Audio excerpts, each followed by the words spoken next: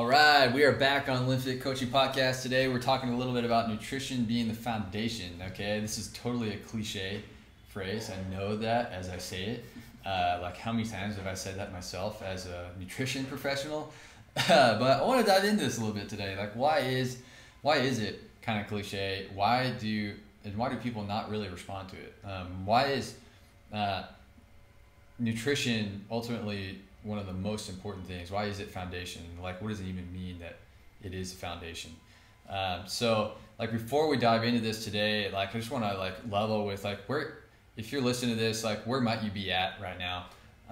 Like maybe you've been working out for a long time. You know, you've been working your butt off and you just haven't really seen a lot of results as far as like you haven't gotten in any better shape. You kind of look the same. You're stronger. You might move better, but you haven't really gotten any sort of the visual change that you want as far as reducing body fat or something. Or maybe you've been restricting calories for a long time. You're just sort of stuck. You're plateaued. And what do you do now? Like maybe you've been dieting off and on. You've been kind of going on this yo-yo. Sometimes you're doing really well with your food. Sometimes you're not. You don't know where to go from here. And maybe you're just like hearing this for the first time, you know, maybe you're hearing this cliche thing. You're like, is that cliche? It's the first time I'm hearing it. But you know, this is where you could be at right now. I kind of want to like come at this from those different angles of like, where are we at right now? Where could someone be at right now? And talk about like, why is nutrition the foundation? So Matt, let's talk about this. Like, why is the quality of nutrition, and what do you mean by quality? Why does that matter? Yeah, I mean, I think if we just take a real brief look at like the different things that are nutrition, so just carbohydrates, proteins, and fats, we see that each one has a role, right? And so carbohydrates, we need to have a balance of those for helping us with energy primarily, and then proteins for building muscle, and fats for just helping your whole body keep moving and keep to stay healthy. So every part of your nutrition is important. If you're going around life without part of those, it's not gonna, you're not gonna feel great. You're not gonna be able to outwork a bad diet. You know, another one of those cliches we can throw in here. Yeah. But yeah, I think that makes it easier for me to see how nutrition is the foundation. When you look at each individual part and say, okay, well, that's why it actually matters that I make sure I eat enough protein, or that's why it actually matters that I get enough carbohydrates. So That's true. Yeah. Like you see athletes or a group of people who, like, let's say half of them are really trying to work at improving their nutrition in any way, and then the other half is just eating Big Macs, you know, like going out to eat for fast food, you know, just kind of eating whatever they want or whatever is most convenient. You'll see a visible difference in how they move, feel, and look. The people who are valuing their nutrition and trying to develop in that, improve in that gradually, not necessarily all or nothing, but like trying to consciously be better at their nutrition, they're going to look and feel better. And I think that's absolutely true. Like you said, like the macronutrients, like what are the importance of that? Like protein is one of the foundational things of life. So protein is an important macronutrient for all of our body structures, not just our muscle, but also our bone, our hormones, or digestive enzymes have proteins. And so like everything within our body, like if we have a deficiency of protein, then we're not going to function right. We're not going to be at our best. Carbohydrates, like you said, are mostly just like purely energy. And so if you're not using that much energy, then maybe you don't need as much carbohydrates. If you are burning a lot of energy, especially if you're having some kind of explosive type of exercise that you're doing on a regular basis, then carbohydrates are your friend. Fats are super important, not just for energy, for exercise, but also for our cell membranes, you know, that help our cells be healthy and everything. So they're all important in their own way. And even the micronutrients, the vitamins and minerals, like if we have deficiencies in those, our body does not work right. That's a fact. You know, ask any doctor, ask your local doctor, like what happens if I have an iron deficiency? Well, I can't breathe or function right. can't transport oxygen. So I get tired super easily, things like that. So nutrition really is the foundation, but what about like the actual foods we eat? Is it just amount of like calories in, calories out? Like, is any kind of protein good? Is any kind of carbohydrate best? Like, what's gonna be the best fuel for our body? Yeah, that's a pretty big question, I think. Yeah. And I think one thing I want to mention too is, if you're listening to this, like, you don't have to go from 0 to 100% like perfect diet right away. Like, you can take small steps and just continue to see progress that way. And in a lot of ways, that's going to be more sustainable in the long run anyway, to take small steps over time. But yeah, so to answer your question, yeah, some proteins, some carbs, some fats are going to be better than others. And really, it may just depend on what you're used to eating, where you're at, like what's locally available to you. And so, but the main thing that we want to strive to include more of is whole foods in our diet. And so, like an easy way to identify a whole food just on the fly is something that has like minimal packaging and is more likely to spoil like more quickly. So things like potato chips would not be a whole food because it's in a lot of packaging and it's really not going to spoil for a while. It's going to be really shelf stable. And so like things like that are fresh vegetables, fresh meats, can be really helpful to include in our diets more and more than processed foods. So you're saying I shouldn't have Oreos every day? Hey, I mean, if that's part of your plan, I mean, you can go for it. Yeah, I mean, like we're definitely like realists here. Like, we're not saying like you can only have whole foods, otherwise you're a villain, you know. But like you said, kind of the majority, you want to have that more often than not. Because the funny thing about like these processed foods is ones that have the long shelf life, the potato chips, the cookies, the stuff.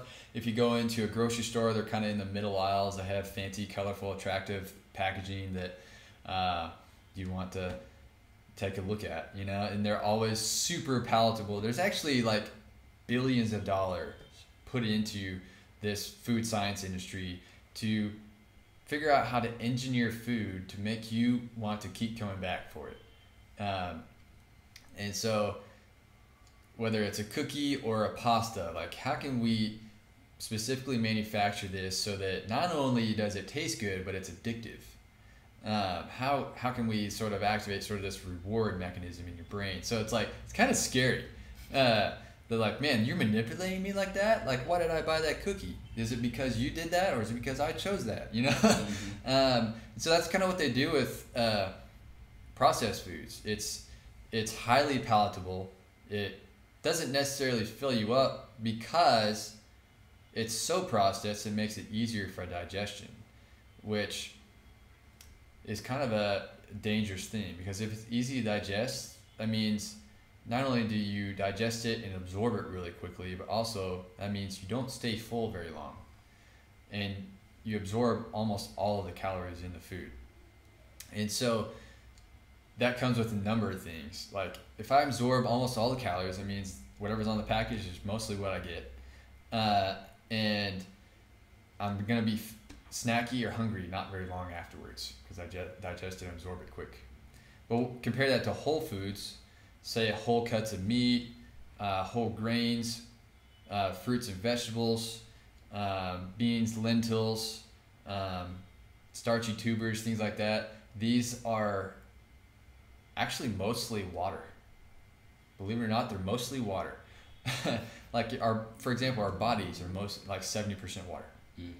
We don't look like we're 70% water, but we are. Same thing with whole foods. And there's valuable fibers. And so what's on, say, like the nutrition label or on MyFitnessPal may not be 100% of what you actually absorb, because it takes energy to digest that. You burn some energy to digest it, and some of it just passes through your system. And so there's value in that because it keeps me fuller for longer. I get the nutrients that I really need from it, and I get to just listen to my body and how it responds and everything. So it's like man, by eating whole foods more often, not only am I getting the energy I need, but I'm getting the macronutrients, micronutrients I need. I'm staying fuller for longer, you know? So there's like tons of benefit with that, right? Yeah, absolutely. Just being able to manage your hunger and satiety. I don't know if I said that. Yeah, right. totally. Satiety, yeah. So that's a tough one for me. Just being able to manage those cues well. Whole foods can really help with that, and just helping you stay full, and also just providing a lot of great energy throughout the day. So, Yeah, but you know, and I get it. Like some of us have such crazy schedules that it makes it easier to more conveniently, you know, grab the packaged stuff. You know, like what would you say to that person? yeah, I think one thing that's helped me is just planning well.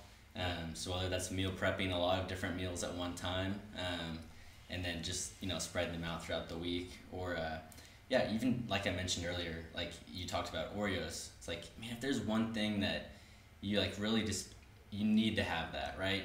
If maybe for some people maybe it's a beer, maybe it's Oreos, maybe it's ice cream, or something like that. That's like a treat. You can work that into a nutrition plan. You're not gonna want to have it like all the time, but you can have that as a part of your plan and still see progress based on your other choices that you're able to make. I like that because it's like it's not cheating because it's part of your plan. Exactly. And it's because I hate that word cheat because that means the rest of your plan sucks. Right, and I mean, if you're cheating, you're just gonna feel guilty, and it's gonna like lead to more bad choices down the line. For a lot of people, if you feel guilty about what you're eating, then you're not gonna want to stick to your plan at all. And so, just like having that wiggle room, I think is really important. Yeah. So true. So like for someone who has been working out for a long time, but they're just kind of stuck and not seeing it, so maybe like working on getting more whole foods than not can be really beneficial. You might actually start seeing some changes there. Mm-hmm. Even just like, like you said, planning, preparing ahead. It doesn't have to be like this profound, like I filled my fridge with like multiple meals, that's like Instagram worthy kind of stuff. It's like, oh, I got all my meals prepped for the week, and like that's like not that many people do that. I don't do that. I hate doing that because I don't like just reheating all my meals. I like them fresh, right? Mm-hmm. But there is a lot you can do to sort of like maybe you pre-soak some of your beans and lentils, or maybe you pre-cut some of your veggies, or maybe you pre-marinate some of your meats, and so that your preparation time whenever it comes meal time is way less. And for some you might have to actually fully prepare it, and so you can kind of grab and go as you go. But it depends on your schedule, right? You can, maybe for you it's great to just have maybe a little bit prepared before and then cook it fresh. Maybe that's what you want. Or maybe for some people the multiple days planned out in the fridge, just ready to pop and heat up, is great for them. So just find whatever works. Yeah, and we've even had clients that we worked with that, like, man, they literally are so busy, like, man, they struggle to prepare food at all. And so we even talk clients through, like, okay, what are the best available options in your area or your regular routes that you take during your workday? Where are you going to be your best available options? Like restaurants that use like better whole foods, less highly processed oils, refined oils and sugars and stuff. What are going to be your best natural options that you can get at restaurants or grocery stores nearby? Or like even how do you like go by a gas station, like a convenience store to, what are going to be your best options there to make the most of your situation when you're on the go? Because it's not about perfection, it's about progress, and how can I make the most of what I have available to me?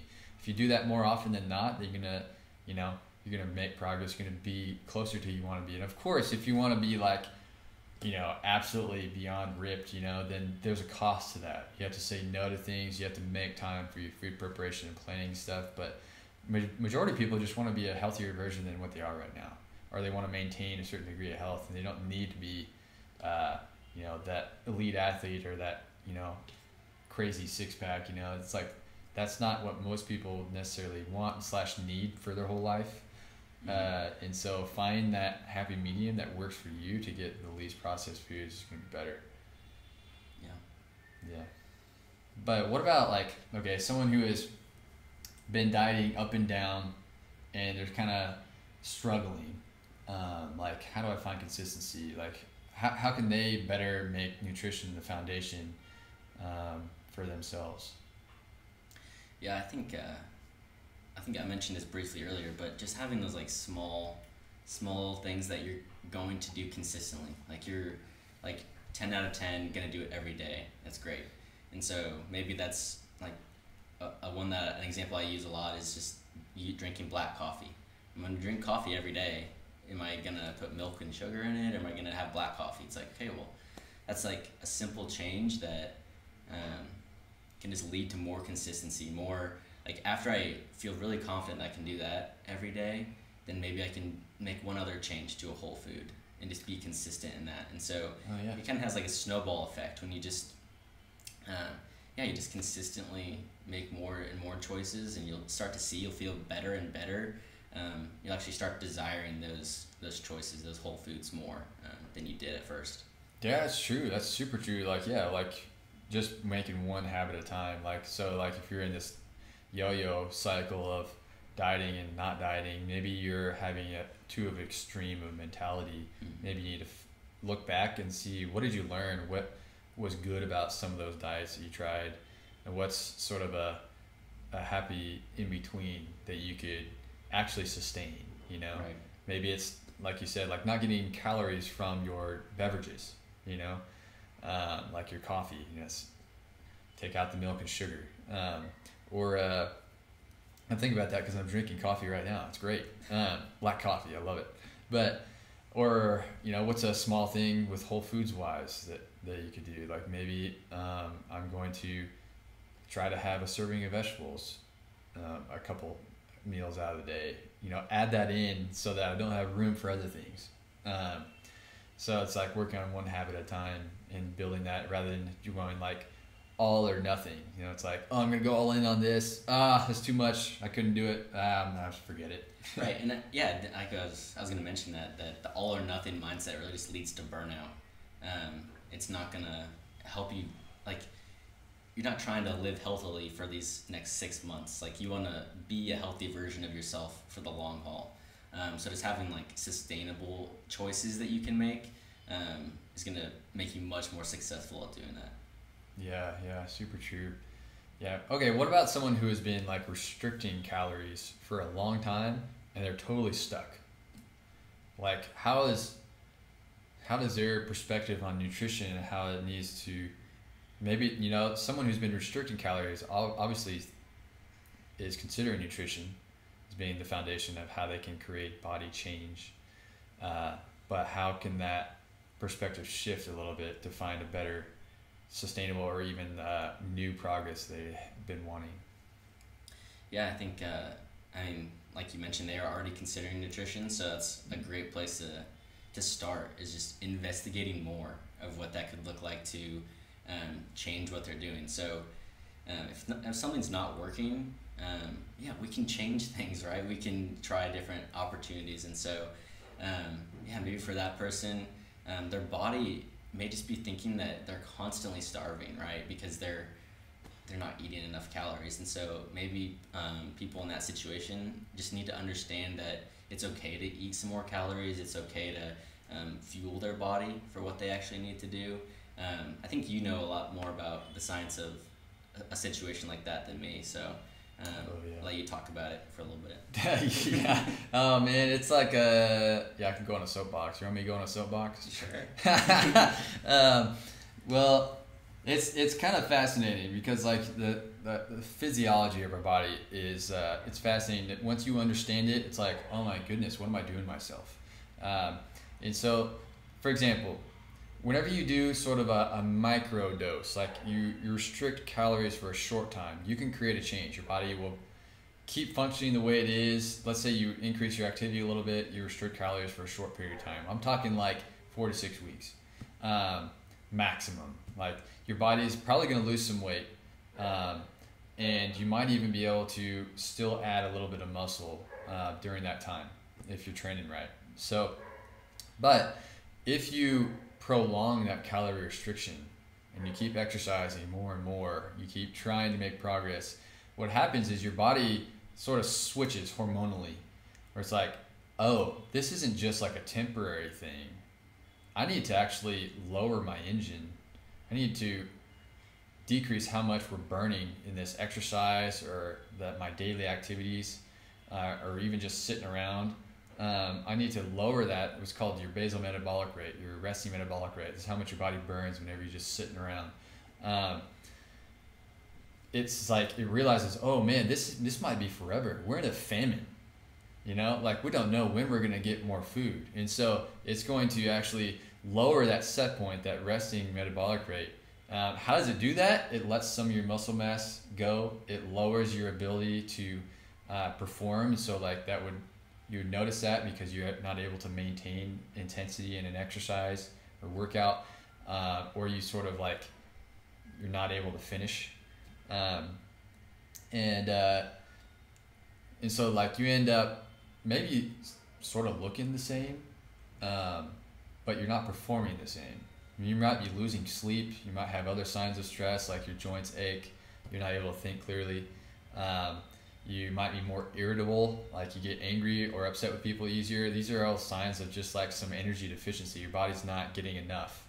And so when it lowers that set point, it's also hormonally like, all right, any calorie I can get, I'm going to save it. And so what the scary thing that happens is like someone who is dieted down hard to a certain weight that they're trying to aim for, and they're stuck restricting calories for a long time, is they end up possibly even reducing their lean mass, and their fat mass either stays the same or increases, especially if you restricted calories for a long time and then you start eating more. Suddenly you blow up, you balloon up, you gain a ton of weight. It's like, what happened? Well, it's like, well, your body was like, well, finally we got some food, let's store all of it. So that's why diets, like calorie restriction, is meant to be temporary, or super gradual. That's why, like, for example, like for a lot of clients that we first start with, no matter where they're at, if they're trying to lose weight, we're going to figure out like what their activity level is, where they're at right now, and then we're only going to put them in like a few 100 calorie deficit. That's so little that your body's like, meh, sure, burn it, you know? And so like by just minimally restricting over time, you're going to over time lose inches, lose weight. You might not lose that much weight for quite a while, but you're going to eventually lose inches because you're putting on the lean mass. You're giving your body permission to lay down things that are going to increase your overall metabolism to ultimately get yourself leaner and healthier. And even if you don't necessarily make a lot of progress in leanness, you're going to feel awesome. You're going to perform way better. And so that's what I say to someone who's been restricting for a long time, is like, man, maybe it's time to gradually add some back in to work at that, to, you know, challenge your perceptions or even your fears that came with, you know, why are you still restricting calories? Do you feel like you have to? What if we add a few hundred and see how you feel? Does your weight stay the same? Do you perform better? And so that's how, like, man, nutrition is a foundation in the sense that, you know, it's your friend, it's not your enemy. It's not something we need to be afraid of, paranoid of. Nutrition is, you know, it's our ally. You know, we want it to benefit us. We want it to be, if we're giving ourselves the proper clean fuel, stuff that's not so highly refined and processed, our body doesn't know what it is. If we're giving it that clean fuel, it's going to reward us back. We're going to feel good and function right. Right. Yeah, I think one of the things that always just shocks me about what you just said is that our body will reduce lean muscle mass and store fat. It makes sense that the muscle is expensive calorie-wise for it to maintain, but that still is that just blows my mind every time I hear that. So, but yeah, that's some good advice, I think, for a lot of people. Yeah, man. Well, I think we've talked about this one enough. We'll probably definitely revisit this in future podcasts whenever we get other questions and feedback about, you know, why is nutrition the foundation? What do you mean by that? And we want to keep communicating more clearly on this. And so, if you got questions for us, like, shout out to us on Instagram at caleb.linnfit.com or LinnFit Coaching on Instagram, or even message us through the website at linnfit.com.